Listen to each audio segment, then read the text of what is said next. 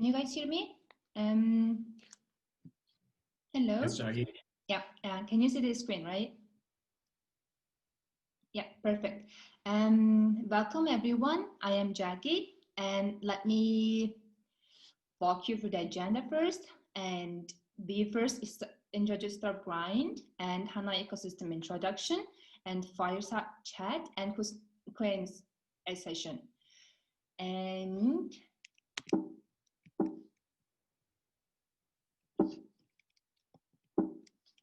sorry.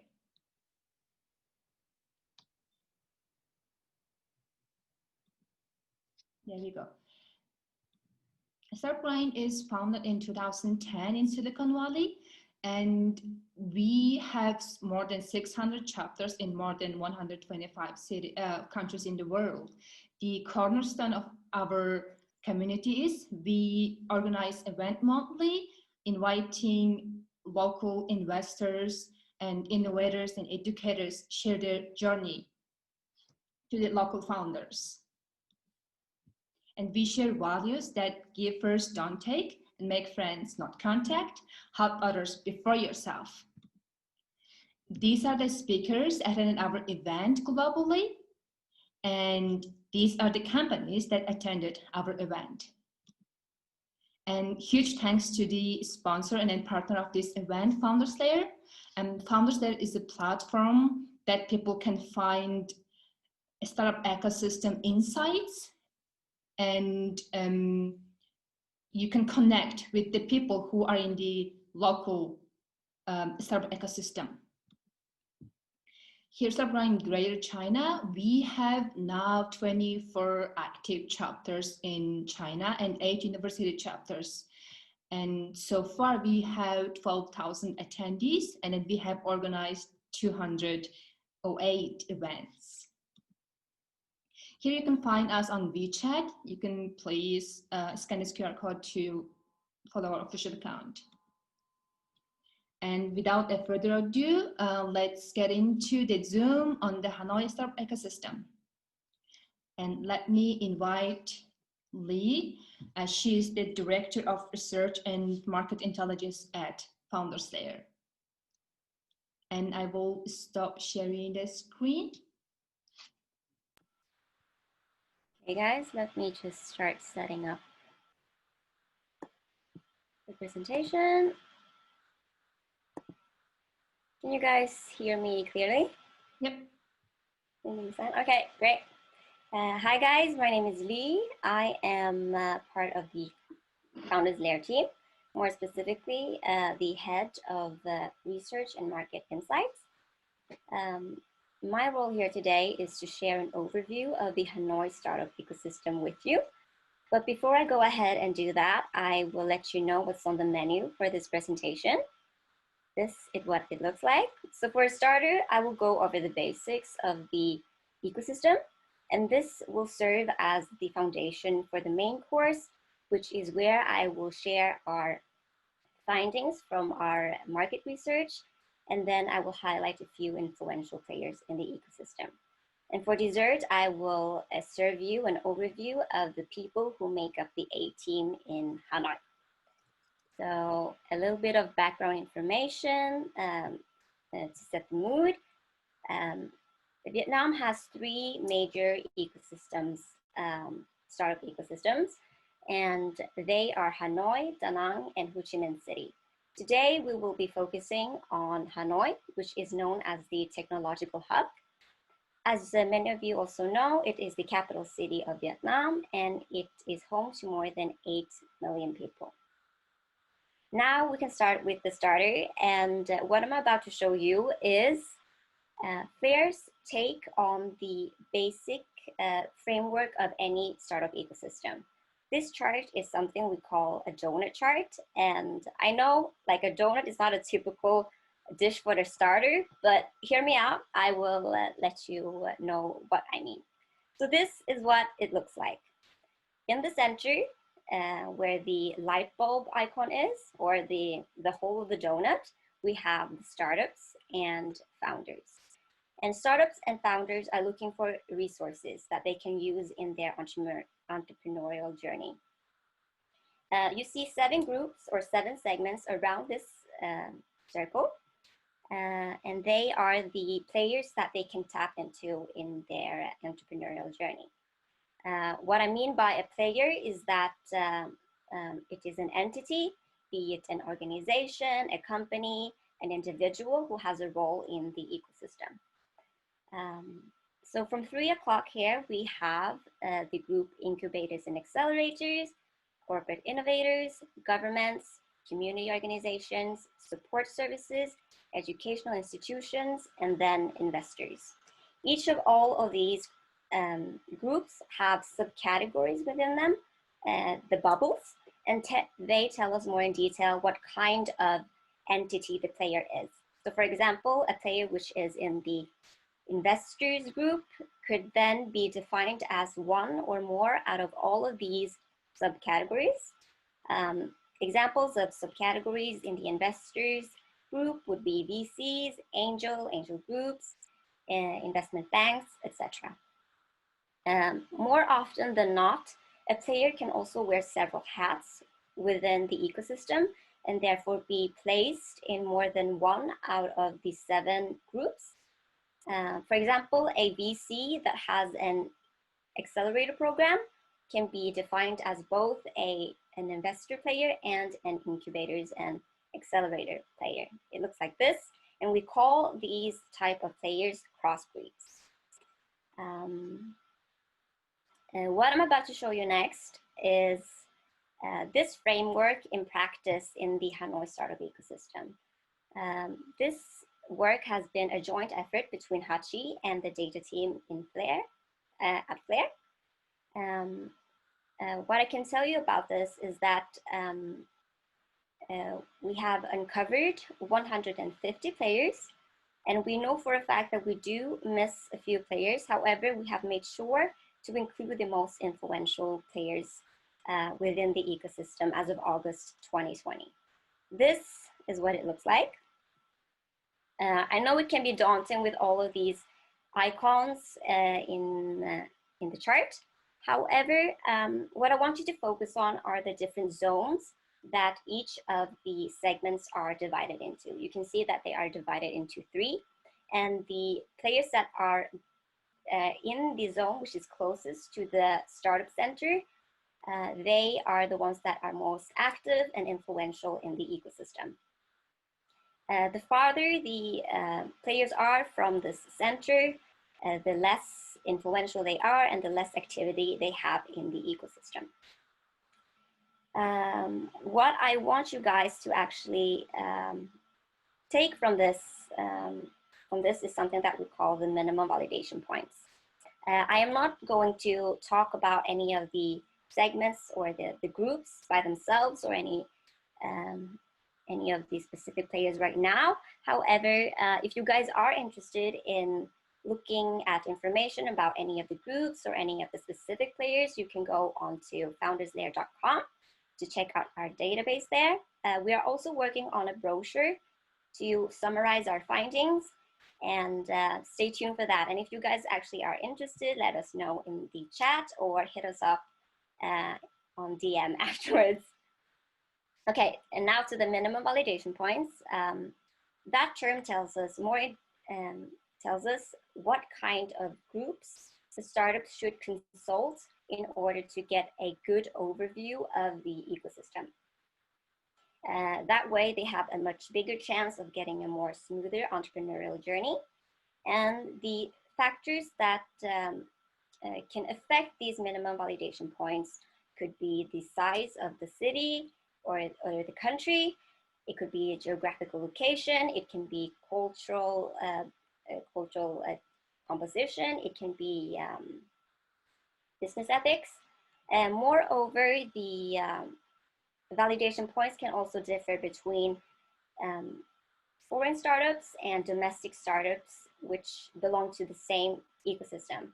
The reason why is because they are looking for different resources in their entrepreneurial journey. So because this is a cross-promoted event, I will therefore focus on the minimum validation points for foreign startups coming to Hanoi. And as I mentioned earlier, Hanoi is the capital city of Vietnam, which is why the government plays a big role in backing up this ecosystem. Therefore, the first minimum validation point is governments. The second one would be community organizations. The reason why is because community organizations in any ecosystem have the potential to become a very important part of the ecosystem. They are basically breeding grounds for innovation, talent, and they provide a space where different ecosystem players can join and communicate, exchange ideas, insights, and network. Then, depending on the growth stage of the startup, incubators and accelerators and investors can be two other minimum validation points. For startups which are in seed and early stage, they can benefit from incubators and accelerators and be given a head start with all of the resources that they can offer. And for startups which are in Series B funding stage or beyond, they can usually benefit more from investors, players in the investor stage. What kind of players in Hanoi would we like to highlight from these minimum validation points? And this is what I'm about to talk about next. So for governments, we definitely have to talk about MOST, which is an acronym for the Ministry of Science and Technology in Vietnam. It is a government agency which is under the government, and their footprint in the ecosystem is very visible.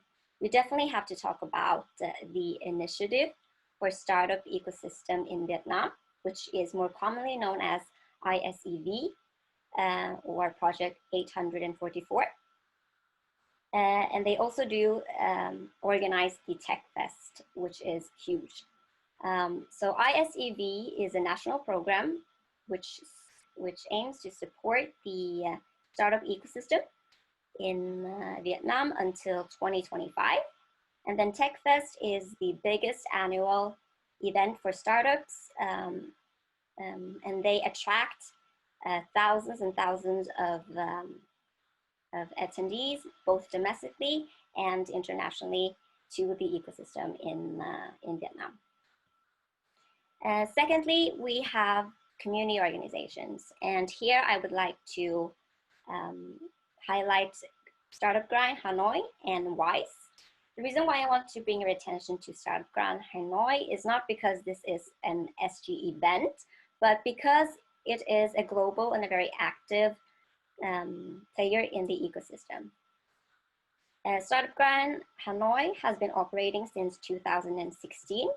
They have almost 4,000 members, and they are doing really well in organizing local events as well as cross-virtual events with different partners. Then we have WISE, which is an acronym for Women in Startup and Entrepreneurship. Women's Initiative, I'm sorry, guys. Women's Initiative for Startups and Entrepreneurship. It is a leading organization which works for female startups and entrepreneurship.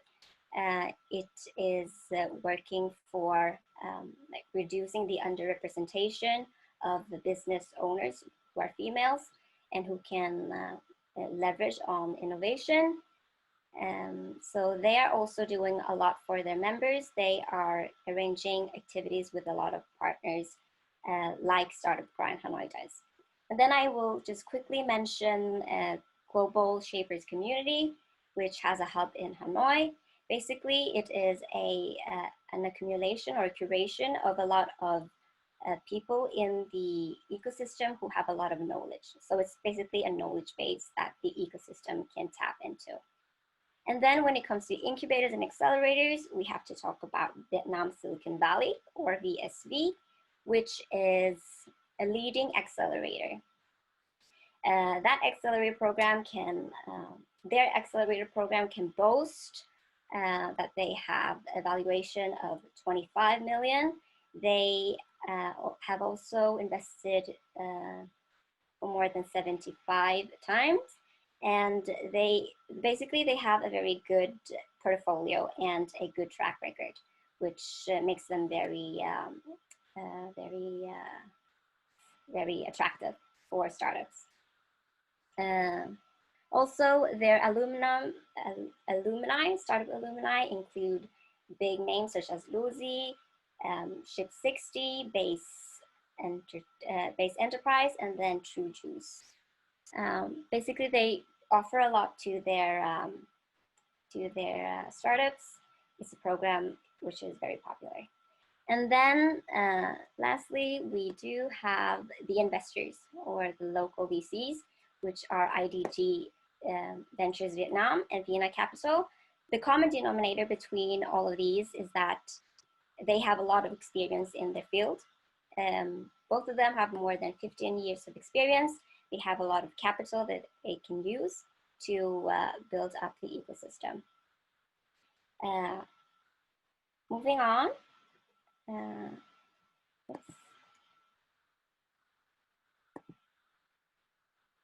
Moving on, we at Founders Lair do not only want to highlight the players that are prominent in the ecosystem, we also want to give people who are doing a remarkable job in the ecosystem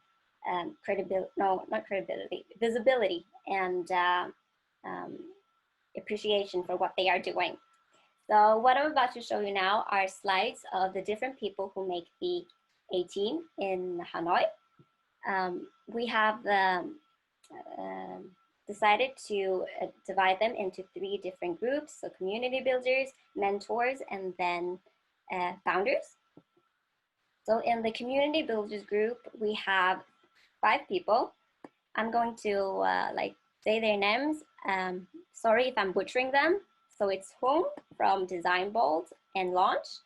And then we have Cam from Lean in Vietnam, Ha from FIS, Foreign Trade University, Hung from Global Shapers Community, another one that we talked about earlier. And then we have the Kimiko from Women in Tech, and then Wan Q from CSIP. The common denominator between all of these people in the community builders section is that they do also wear different hats in the ecosystem, but they are also the founders of important community organizations that are in the the first zone, which is close to the startup center in Hanoi. Secondly, we have the mentors, and by mentors we mean the seasoned knowledge hubs in the ecosystem. I bet you can recognize some of the faces. We have Bin Nguyen, which is also known as Shark Bin from Shark Tank in Vietnam. We have Bobby, who has a huge presence in Southeast Asia. Namster, who is the co-founder of UpGen, which is a big co-working space company in Vietnam. And then we have Dong from Topica, or Topica Founder Institute. Secondly, we have the founders, and we have in total 5 that we want to highlight. We have Eric, Do, Hung, Hung Tran, and Hung Pham, and then Shane and Koi. All of these people have been through the entrepreneurial journey, and they therefore have a huge knowledge base that the ecosystem can tap into. I wasn't able to talk a lot about the different people. However, if you guys actually are interested in the slides, let us know. You can check out the people and research them. Of course, we should have included Hachi in the slide as well as a community builder. However, because she is the speaker today, I've chosen to omit her from the slides in order to give her fellow community builders a bit of the limelight as well. If you guys are actually interested in the work that we do, either becoming an ambassador to map the ecosystems, you are more than welcome to check out our website, contact us there. Yeah, that's it from me, guys. Thank you, and I will give the virtual mic to Hjelte. Thank you, Lee. Then let me invite Yalta. He's the APAC community leader at Startup Grind. And then Hachi, she's the Hanoi SG director.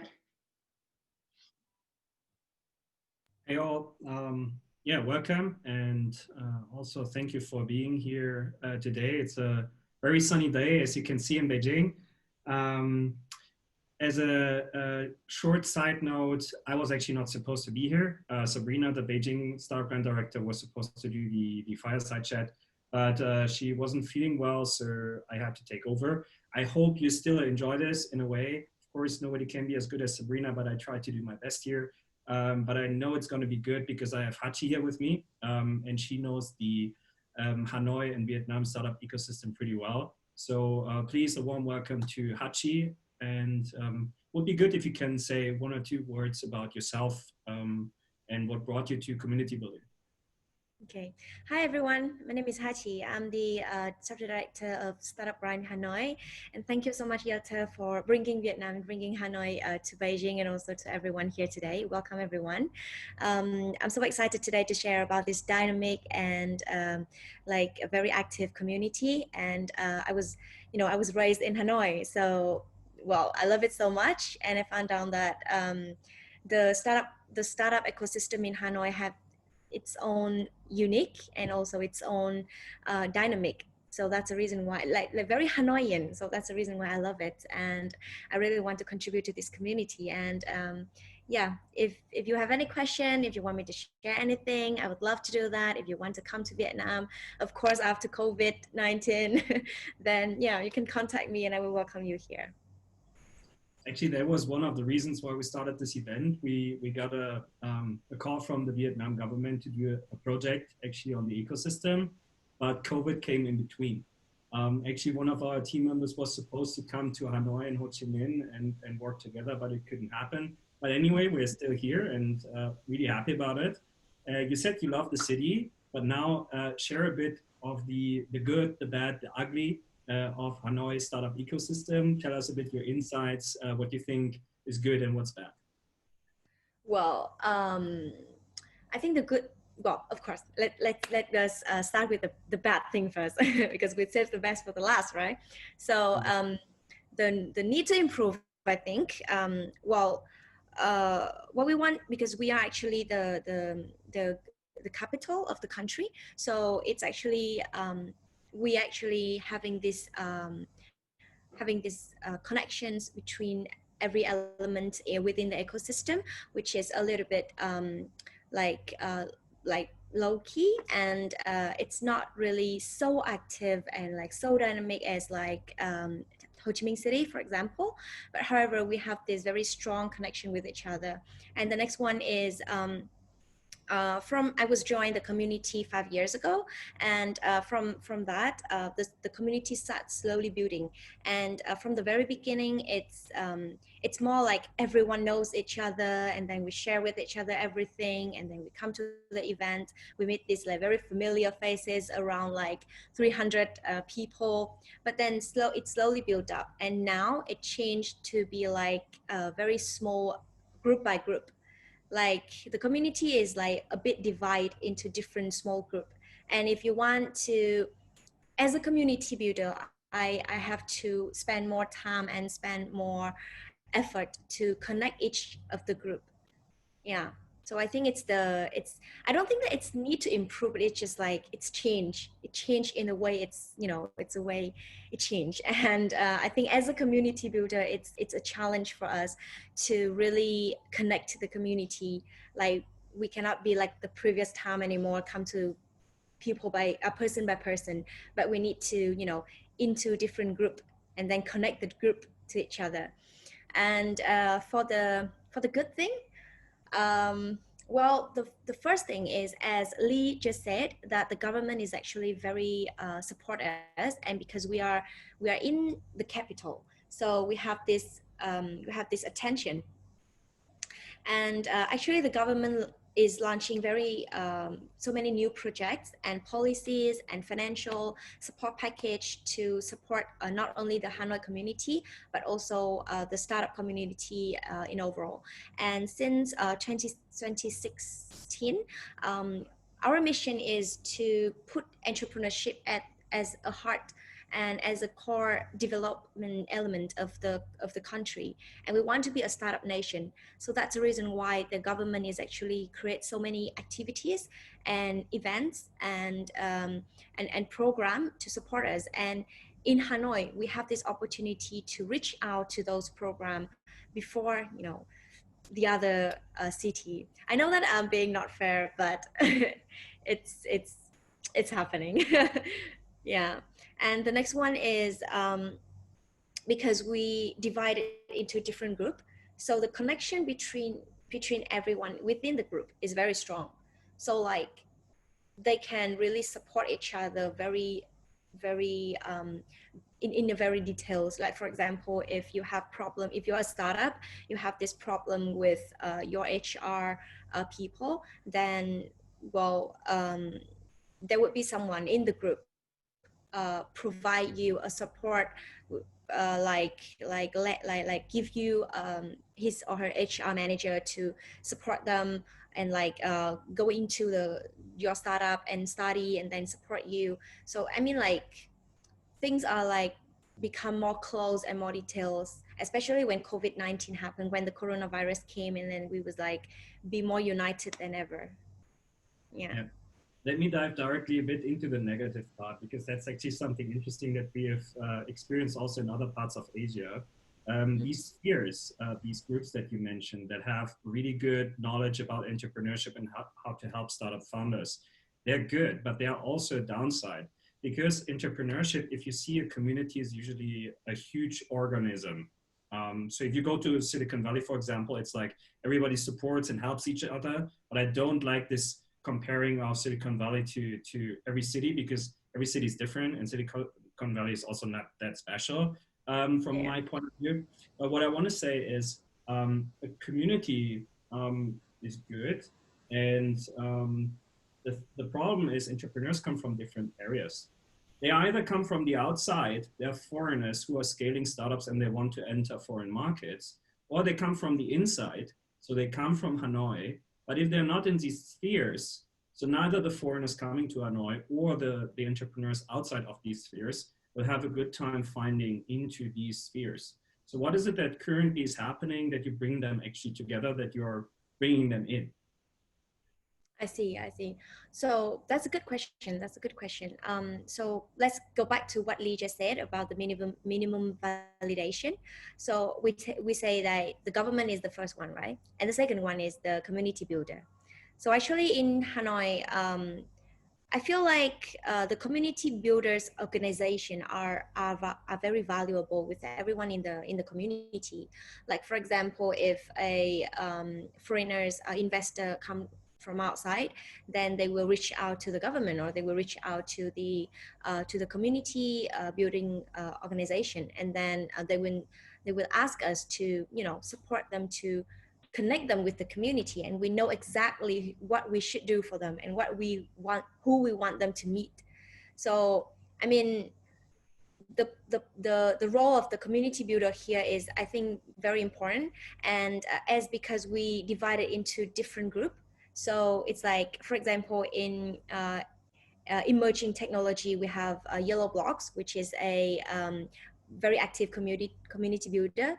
And in social impact enterprise community, we have this organization named Seed Planter, which is very active in support the foreigners come in and connect with the local community. So I think, you know, like if you are foreigners and you want to come to Vietnam and you don't know what to do, or like you want to connect with people here, then you should definitely come to the community buildings, come to talk to the community builders here. And well, each area have its own community builder, and we just need to, you know, tap into it, and then the door will open. Yeah. It's now the outside, like the inbound view. Now coming to the outbound view. Usually when you look at a startup ecosystem, the quality of it depends a lot on the success rate of the entrepreneurs. So once you have 1 or 2 unicorns in your city, then they're usually becoming investors themselves, giving back to the community. Has this life cycle already started? Have any startups from Hanoi made the jump and has been successful to go to other markets and brought back to the community? Or is that still in the future? Well, that's a very nice question, because I see the, let me tell you a longer story, right? So like 2 years ago, I think what people want to do for the community, and what the community wants, is the knowledge about what is fundraising, what is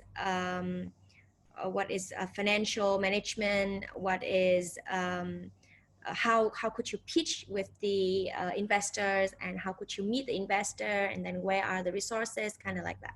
So that's 2 years ago, and 3 years ago, I think. And then it slowly built up into the stage of like how many money that I want to raise when my startup hit, like, for example, 2,000 million users, for example.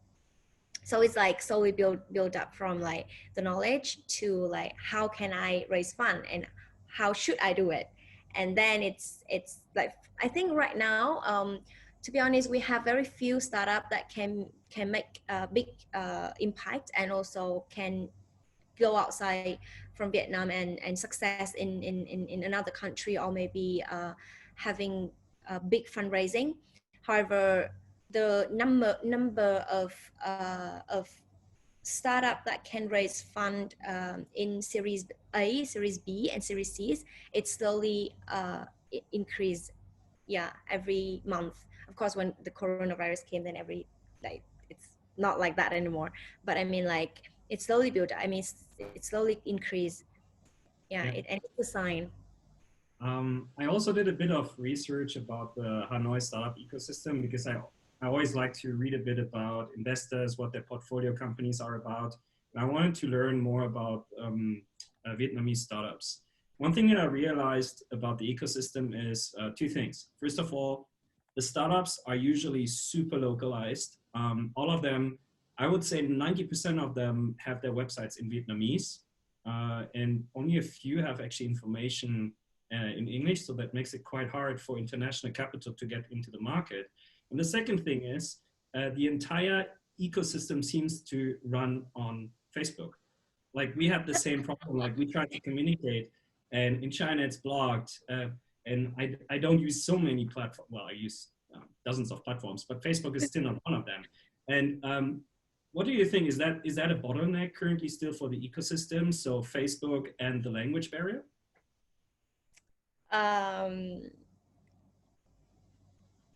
The Facebook, yes, and the language barrier, I don't think so. So here's the thing. Yes, you are very correct. So there are so many friends, like foreigner friends, told me that, why all of you are always on Facebook? Why don't you answer my message on like LinkedIn or like WhatsApp? I cannot text you on WhatsApp, but I always have your response on Facebook. And I think, it's like a culture. Like, for example, in China, you guys use WeChat, right? So in Vietnam, we use Facebook. And Facebook will slowly become a place for everyone to connect, both in personal life and in professional life, and slowly build up their personal branding on Facebook. And like, it's, for us, it's important to, I think the reason why is because people here, they want to see you as a person, but they not only want to see you as a founder, as a very successful person, or like a professional worker. They want to see, your personal life. They want to see what you're interested of or in, or how's your family, like how, like if you are a successful founder, then are you a success in family life, and do you have, how's your kids, kind of like that. And I mean, maybe because we care about each other, and because we want to know each other in like personally, not only for work, but only personally. Like we want to support each other and we want to really understand each other. So yeah, I think it's a culture. And the next one is the language, right? Yeah. Um, I think yeah, for the website, usually in Vietnam we have this I think in here everyone usually think about Vietnamese website before English website, because usually they see the market in Vietnam before they see the global market. You got my point? So because we see that in Vietnam there are so many things are missing, and we can actually provide a lot of products and solutions for the market, so that we want to, you know, we want to do it in Vietnam, in the market that we already know first, and then we go to global later. So I think maybe that's a reason why they create the website in Vietnamese and they don't have time to create the website in English anymore. And but however, if you come to Vietnam, if you talk to any founder here, they all know English. And yeah, it's, I think the language shouldn't be the barrier, but I mean, it's a good reminder for me to remind my founders that, hey, you guys should create a website in English. Yeah, that's super interesting points that you just mentioned there. The cultural differences actually between Vietnam and China are so vast, because you just say everybody's interested in the personal life. In China, actually, the personal life is a barrier. Like if you're here on WeChat, you don't see faces. You always see comic figures or like pictures of other people. You don't see the real names. So everybody has a facade, and it's like super hard to see through this. And that's why it's so interesting actually to see how different it is in Vietnam. Even though both are Asian cultures, but they're as far apart as they can be, I guess. And the other one that you just mentioned is also quite interesting, because usually startup founders, they want to change the world. Not just the problem in their home country, but they want to change the world. But they start tackling, of course, the local issues, but then they hit the bottleneck because the local market is too small and they won't get capital. And I think that's a strong point if you compare, for example, Singapore with Vietnam, that Singapore has, because they all start internationally, because they all know Singapore is too small as a market, so you have to go scale already. And then they do a bit in Singapore. Do you think this is something that the local founders need to adapt, especially those that want to start right now in Vietnam? Could you paraphrase again the question? Okay. So you said Vietnamese founders want to solve the problems in Vietnam first and then go international. And I say, wouldn't it be better to first stand internationally and make yourself visible, and while doing so, solving the local problems? Well, I see. I understand your question. So let me put it this way. I'm not saying that Vietnamese people always want to, you know, to serve the local market first.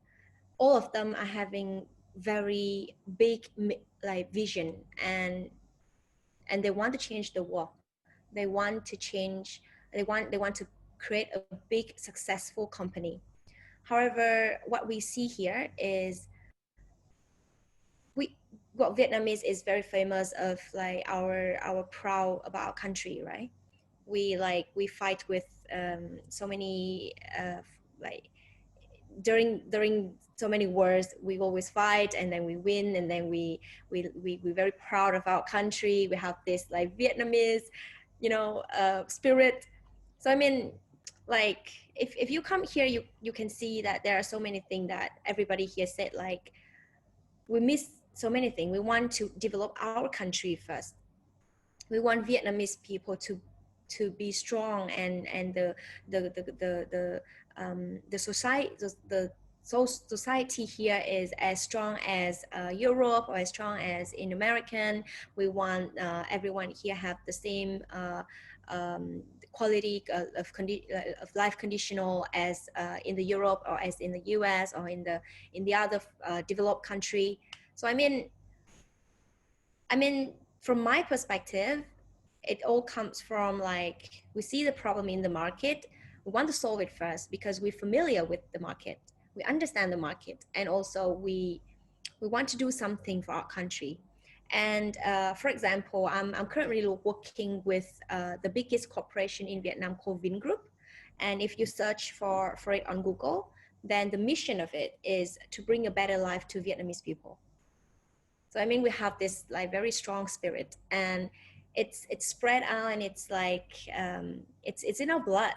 I mean, yeah. So, well, some of the startup, yes, they want to go global and they want to target to the foreign country first, and then come back to Vietnam later. But usually, most of the people here, they start from local market first because they understand the market, and also they want to change and they want to develop the country, I think.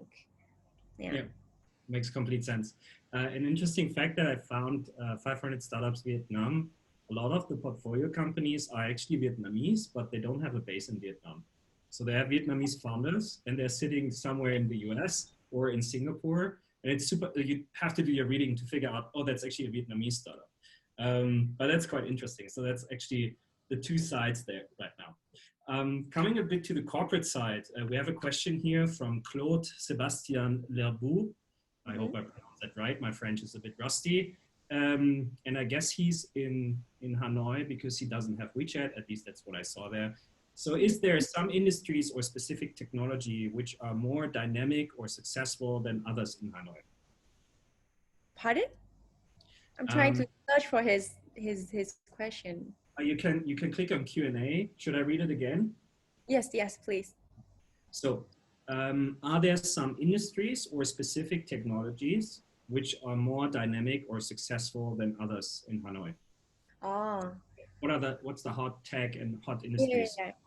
So I think how to say, well, in Vietnam, we like training. We like trending things, and we like to catch all the hot tech and trending thing in the world. So basically, what is really hot right now, and everybody is actually talking about it, is the emerging technology like AI, big data, and well, it's IBDC basically, right? Like AI, data cloud, and blockchain, and big data. So it's, well, everybody is like talking about it every day, and I saw a lot of new startup is formed and trying to bring blockchain and AI to Vietnam. Yeah. Just one side note in the chat, somebody wrote also fintech. That's probably something that's true as well, because most of the startups that I saw had some fintech solutions, and a lot of the corporate players supporting right now in the Vietnam ecosystem are banks. So that is one thing. Question regarding emerging tech. One of the bottlenecks is talent.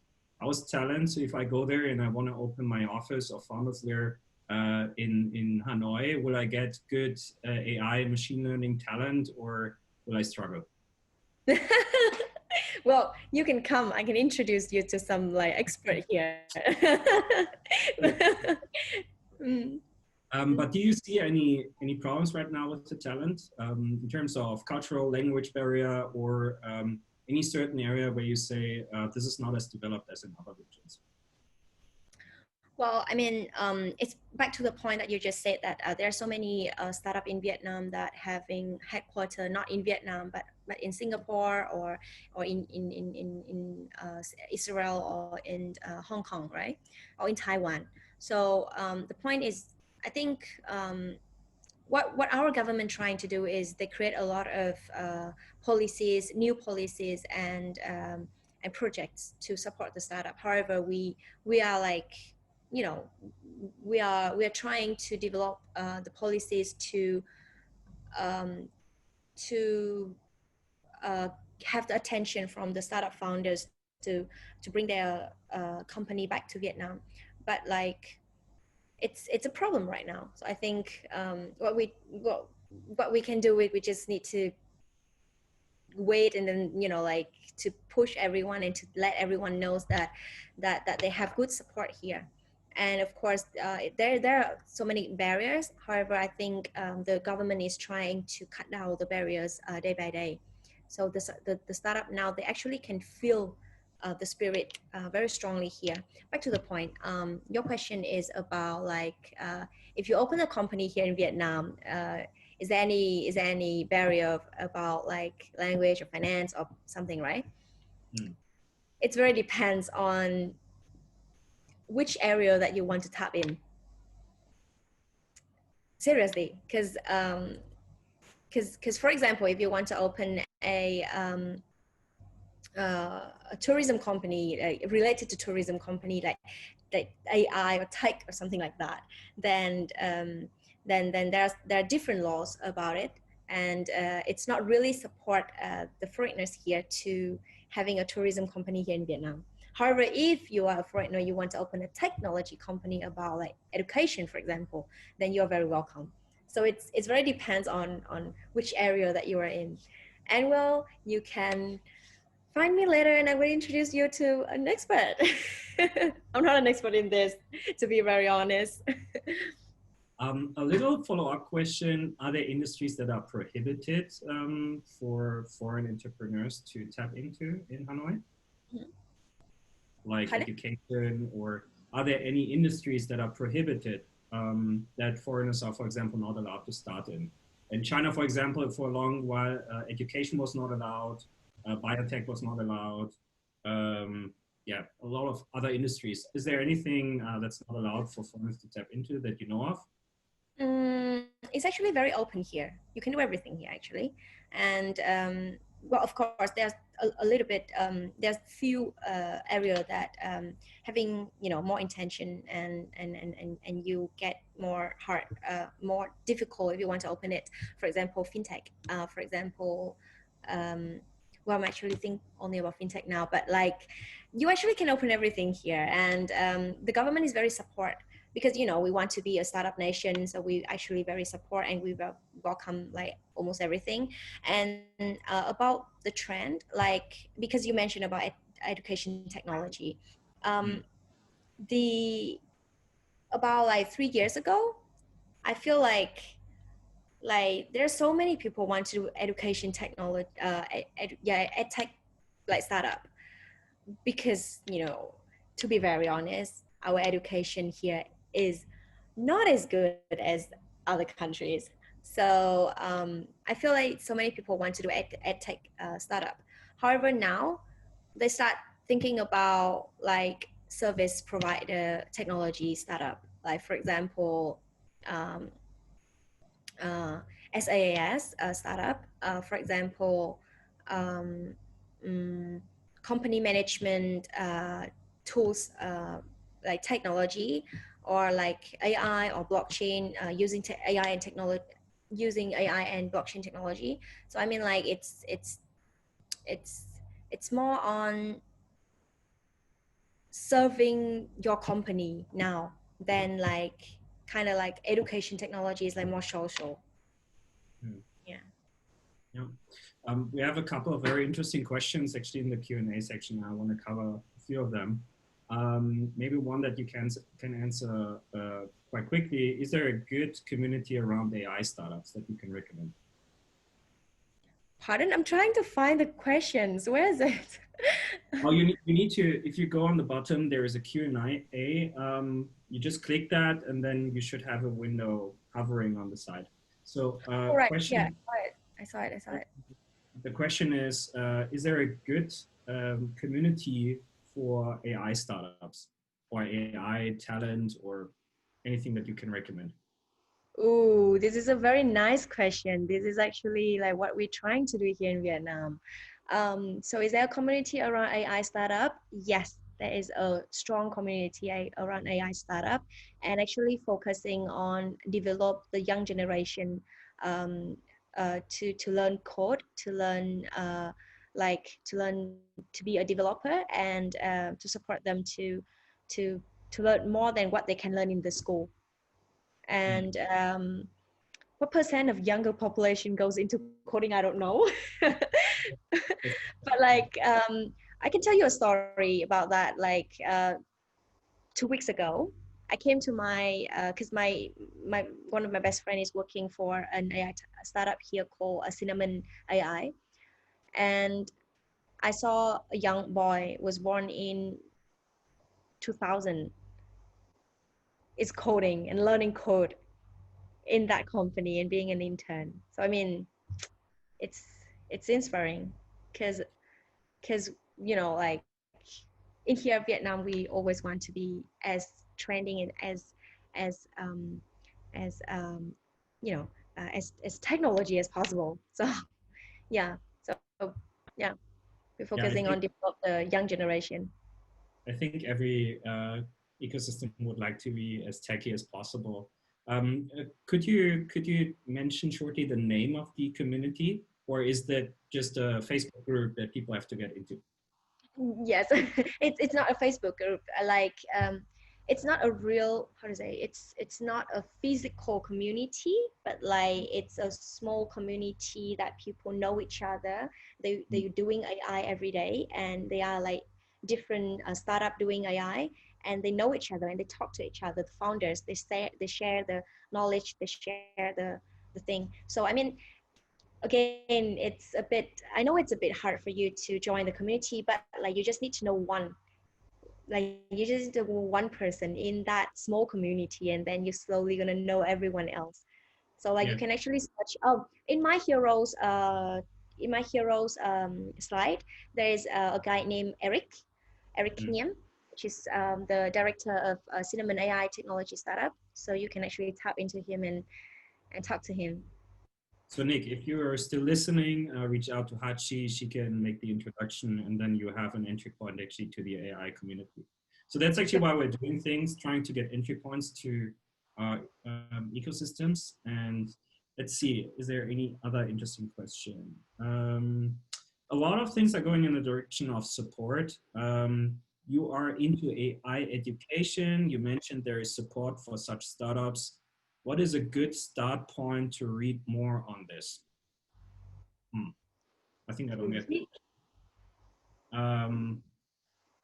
Well, I'm just gonna say we answered that live. Nick, please rephrase that in the, or can we make you live? 1 second, let me just find you. Yeah, Nick, actually, I think the best person to answer this question shouldn't be me because I have like zero background about technology.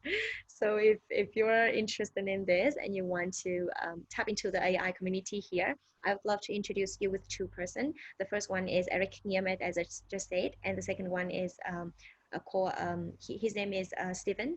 He is one of my best friend in university, and he is the founder of AIBC, which is the, let me search for his company again, I don't remember it. But like he's doing AI here, and he is having good connection with everyone in the community. So I think that you can have a chat with him, and maybe you can get more information. Yeah. Then we have Amy Fan. She's asking if COVID has any positive or negative impacts on the entrepreneurship realm. Is it more good or bad in terms of the collaboration probably, or the community sense? What do you see right now? So it's happening with all the community, right? It's with every community. I think the good point, the bad point first. Bad point, it knocked down who not having high IQ. And there are so many founders talk to me, and they are like struggling every day with their own startup, with their own financial problem of the startup. And if it show a fact that actually in Vietnam, to be very honest, as a community builder, I was trying to help the startup in Vietnam having a strong financial background in financial management, because it's a problem here. And usually the founder having very good management skill and good vision and the good sense with the market. However, they're not really good at financial management, to be very honest, and they must spend so many time to work on the financial if they want to raise fund at the moment that they want to raise fund. So back to the point that it knocked down all the startup that having weak financial management. Even you have a good idea, even you have a very high daily active user, for example, but if you're not having good financial management, then COVID-19 come in, then you still die. That's the first thing. The second bad thing is like it testing the market. It's how to say it's the demand of the market is changing. For example, I have a friend who is doing insurance technology startup, which is very successful by raising fund on Shark Tank, a television TV show, and he has this strong interesting, like he had this strong attention from investors. However, COVID-19 come in and no one cares about insurance anymore. What they care is like living every day and kind of like that, and no one cares about like buying your insurance. They don't care about like spending your money to buying something that you don't want to use. that's a meaning of the insurance, right? So like he had this, he got trouble, and he's trying to save his startup. So I mean, it's the demand of the market is changing, and it's also demand the startup to change their strategy and their product. But the good thing, I think, what I can feel from right from when the COVID-19 the coronavirus came is everybody is start being so united, and we start calling each other group by group. We start talking to each other more because we have more time staying at home. We don't need to go meet partners and meetings and anymore. So we have more time to talk to each other, and the more we talk to each other, the more we can actually support each other in a very practical way. And the next thing is we start slowly using each other's product. So for example, in the previous time, if I want to use, if I want to manage my recruitment process, I'm gonna think about foreigners vendor. However, now we start thinking about the product of the startup in Vietnam, and let's say just a question mark, why don't we buy this? Because they need our help, and we also want to help them because we're Vietnamese. Kind of like That's that. really, really nice thing, actually. Happy to hear this. That's a dynamic that you don't see that often happening. So it's a really nice thing. A quick question, which accelerator do you think is a good address to run a corporate program? Pardon? Which accelerator or incubator would you recommend to run a corporate innovation program? A corporate innovation program. Yeah. Is there anybody that you would recommend who's doing something good? I think you can come to Think Zone. Think so. The first name come up in my mind is Think Zone. Okay. So that's to the accelerator. Yeah. Then a short one from Chance. Any tech startup blogs or media that people can subscribe to if they're interested in Hanoi? In Hanoi, in the Hanoi ecosystem, does she mean that? Yeah. Yep. You can subscribe, but they are all in Vietnamese. Let me think about like English one. Okay, English one. Okay, Startup Grind, and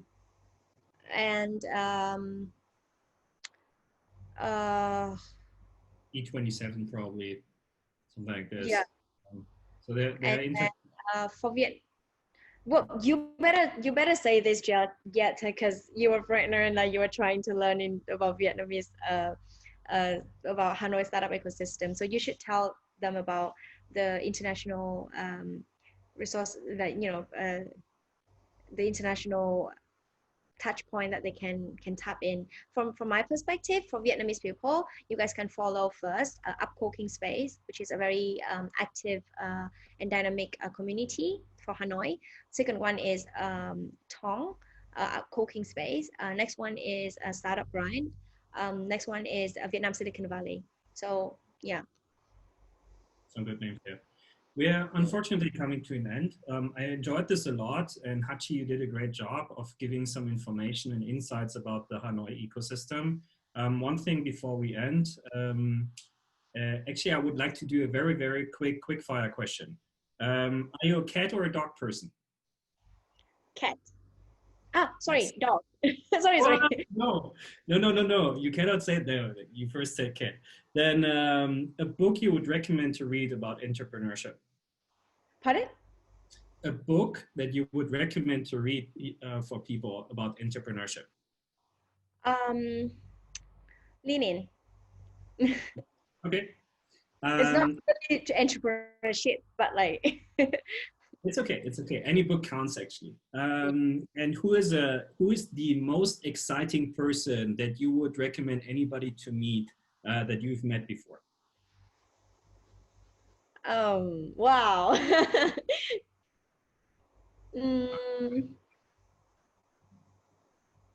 I have two persons in my mind.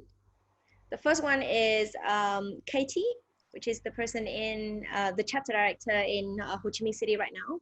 If you come to Vietnam, if you want to talk, if you want someone who really care about you and really have this strong dynamic spirit, then you should definitely meet her. The next one is Eric. He have this very calm feeling when I met him, and like you can talk to him very deeply about the technology in Vietnam.